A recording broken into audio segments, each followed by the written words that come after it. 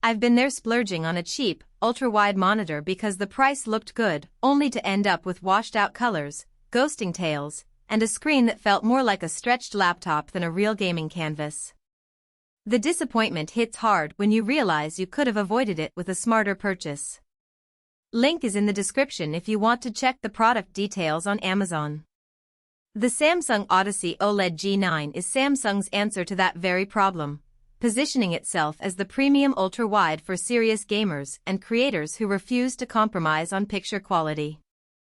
It's not just another big screen, it's a 49-inch, 51201440 OLED panel that tries to marry the immersion of a TV with the responsiveness of a high-end monitor.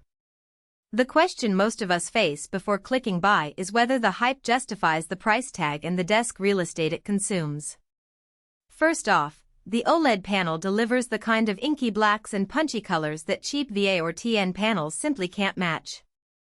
When you fire up a dark-themed game like Elden Ring or watch a movie with heavy shadow detail, the contrast ratio of 1:0:0:0:0:0 to 1 makes those hidden crevices pop.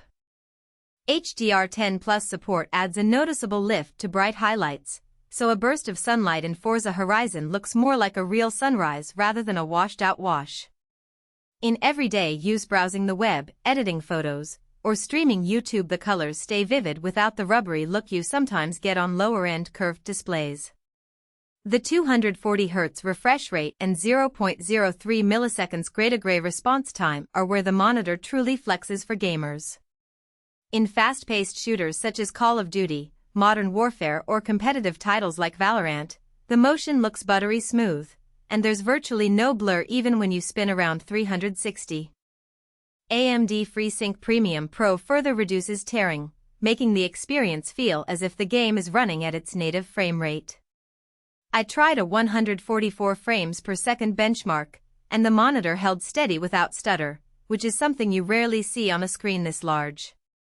Now, let's talk about the practical side of owning a 49-inch curve. The 1000R curvature matches the natural field of view of the human eye, so you don't have to constantly turn your head to see the edges. For a dual-monitor setup, this screen replaces two 27-inch panels in one seamless canvas, which is a huge productivity boost.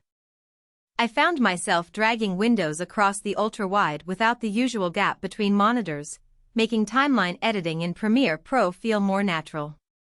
The built-in adaptive Sound Pro speakers, while only 5W per channel, are decent enough for casual gaming or background music, but I still prefer a headset for precise audio cues.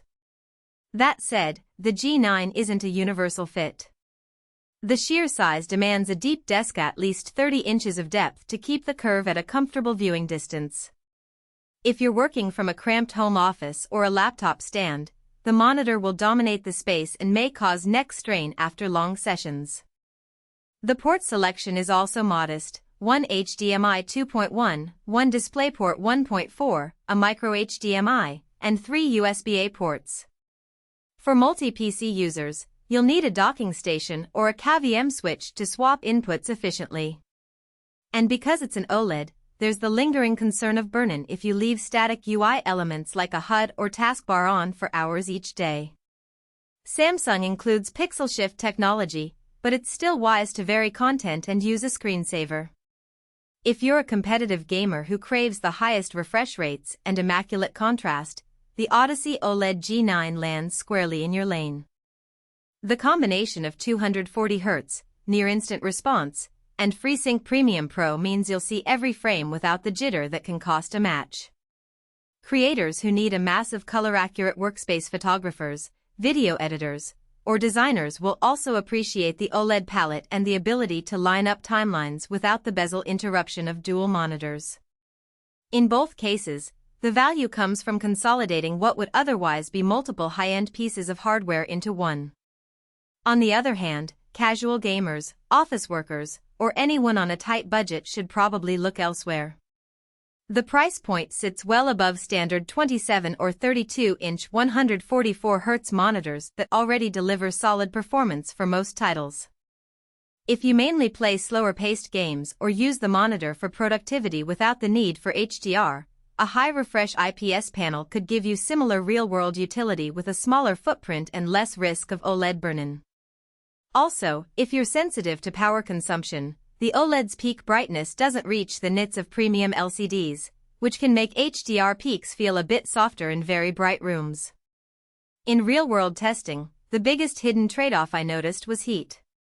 The monitor runs warm after an extended gaming session, and the rear vent can be audible on a silent night. It's not a failure, but it's something to keep in mind if you're planning a minimalist desk setup.